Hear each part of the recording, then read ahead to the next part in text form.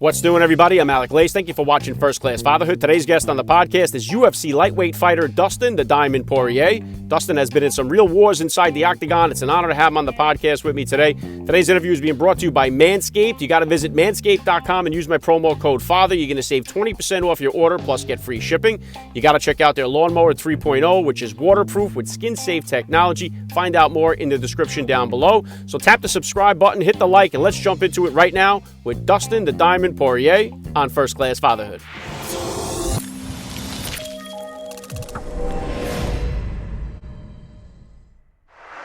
Joining me now, First Class Father, Dustin Poirier. Welcome to First Class Fatherhood.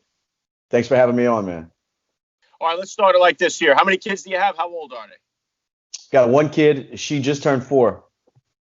Awesome. Did you guys, did you do any kind of like gender reveal to find out what you were having, or did you wait till the end to find out with her? Me and my wife knew, but the family didn't, and we did like a surprise for them. Awesome. You guys going to be trying for any more, or are you all done? Nah, I'd love to try for a boy. If I have a boy on this next one, I'm done. All right. I like that. I like your style. If you could, Dustin, please just take a minute here to hit my listeners with a little bit about your background and what you do. I'm a UFC fighter, former UFC interim world champion. I'm currently number 2 in the world, and that's it. I'm a full-time father and full-time fighter. Yeah, awesome. You've had a crazy career so far. Awesome stuff. The fights are always exciting. And now along this journey here, Dustin, so how old were you then when you first became a dad, and how did becoming a father kind of change your perspective on life? Probably, 27, I believe, 27 or 28. It just kind of, it really did put things in perspective for me, as in, before I was a father, fighting was mattered so much to me. And, and it's still my job and a passion of mine and how I make a living, my family's well-being. But once I had my daughter, it kind of put fighting on the, not so much on, not on the, I want to say on the back burner. It's something I'm still very focused on, but it's just fighting. Before it was my life. Now fighting is just something I do. I'm a father, and it changed the way I approach fights and the way I think about my future. If I wouldn't have a kid, I would be, I don't know when I would put a number on retirement or anything like that. But after having my daughter, I looked myself in the mirror and I said, 35 years old, I'm not going to fight past that. I want to be able to be there for my daughter throughout her life. Yeah, well said, Dustin. And one of the things I speak about with the fighters that come on, even Dana White, when I had him on the show, is just to ask like the difference in fighters. I understand that when you're a single guy and you're by yourself and you're focused on fighting is one thing, but to have a family, a wife, and a child to support, it's got to be difficult to kind of separate or manage those things in your head when you're focusing on a fight. When you are training for a fight, do you kind of distance yourself from the family, or do you kind of split time with them? How do you work that out? No, I bring them with me to training camp, usually 8 to 10 weeks. They come with me the whole time. And, I'm fighting for myself, but I'm fighting for my family as well. I don't want to be separated from them.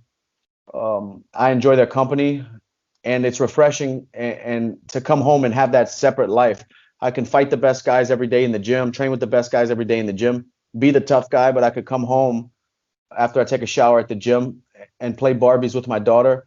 Life's about balance, and being a father to a little girl and fighting the meanest, baddest guys in the world. You can teeter-totter either way too much. So it's good to try to balance things out and keep them separate and together at the same time. I know that sounds crazy, but they come with me to training camp. But when I come home, I'm not El Diamante. I'm Dustin. You know what I mean? Yeah, we talk about a dichotomy or going from one extreme to another. I can't imagine what that must be like for you. And what would you say, Dustin, are the top values that you're hoping to instill in your daughter growing up?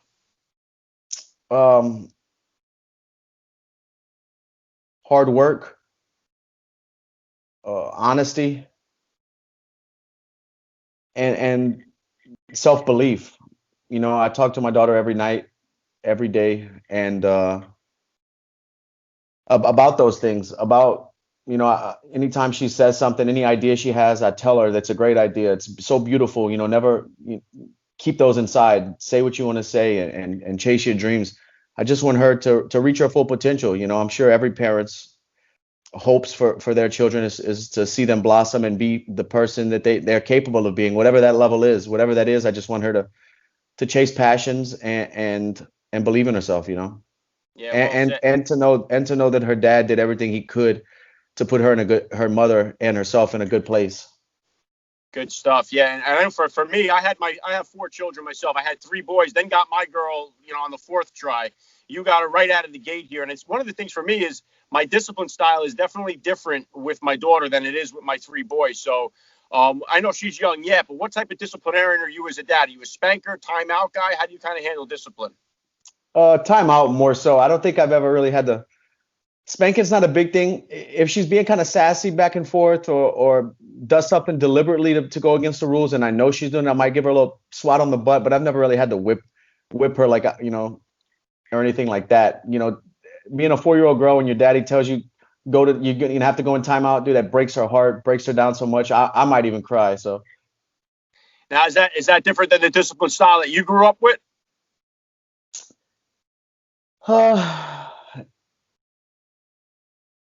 for sure. I think I grew up a lot different, man. I grew up and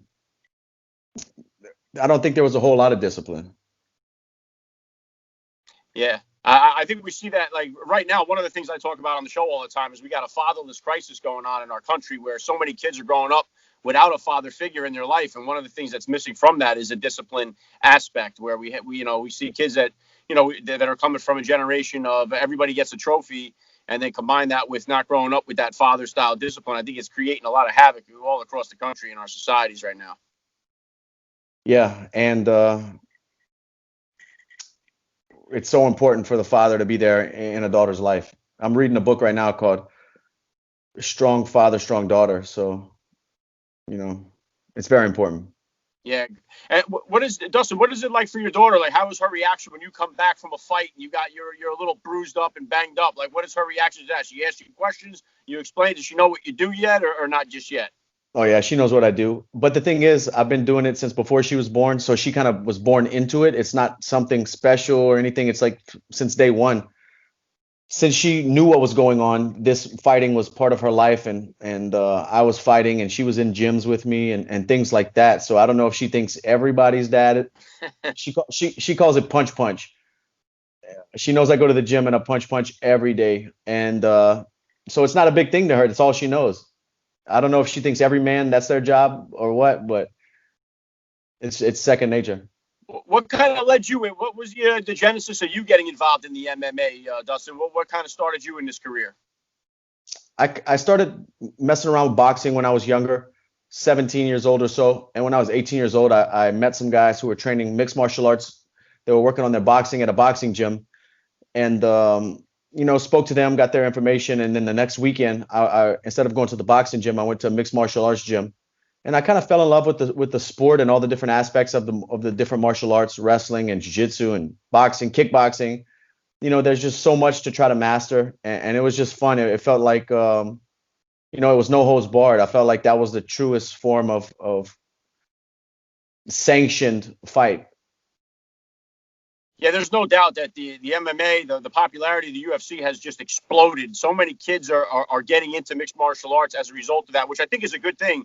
And one of the things I ask a lot of the NFL guys that I get on the show here is about, because of all the awareness with concussions or all the reports about it, how dangerous. It's difficult for parents to decide whether or not to let their kids play tackle football. But in your opinion, what's a good age for kids to start getting involved in MMA and then taking it to the next level with striking and all that?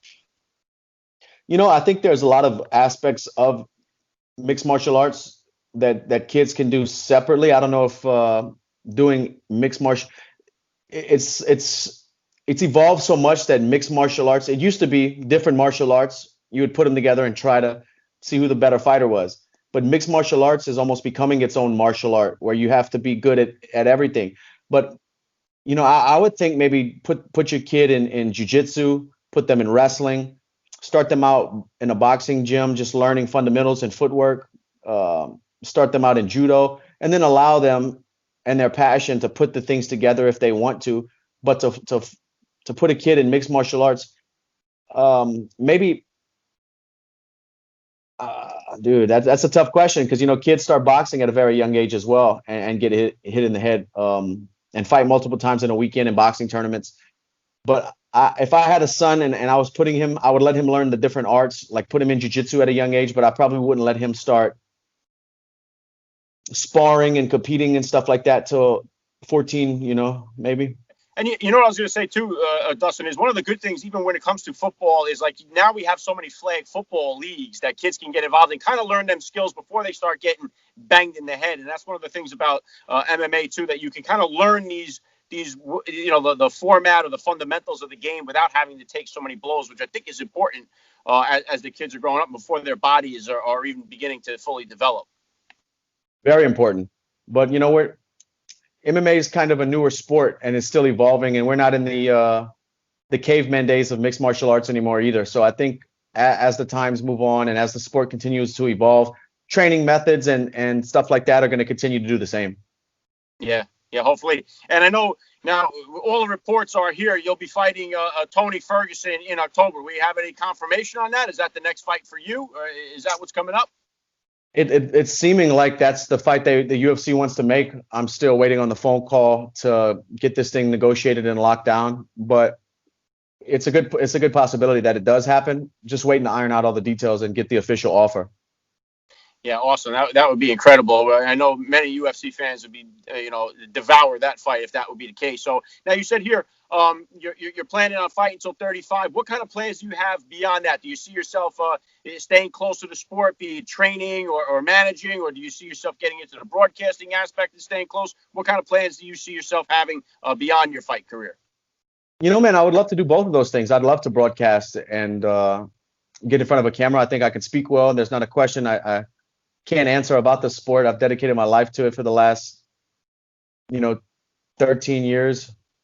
So, but as far as I like working with professional fighters, but to start somebody up, like if I was part of a gym, to start a new guy up and teach him everything from the ground up, that's not a big passion of mine. Things change maybe in the future. Maybe when I'm 35, that will be. But right now, it's not. I like working, like I said, working with pro fighters, helping them out, cornering them, breaking down fight footage and working with them to benefit their fights. But I think real estate and other businesses, maybe. Yeah, very cool. All right, last thing I'm going to hit you with here, Dustin. I love to ask all the dads that I get on the podcast, what type of advice do you have for that new dad or for that about-to-be father who's out there listening? Patience is a virtue, man. Patience. It's all about patience.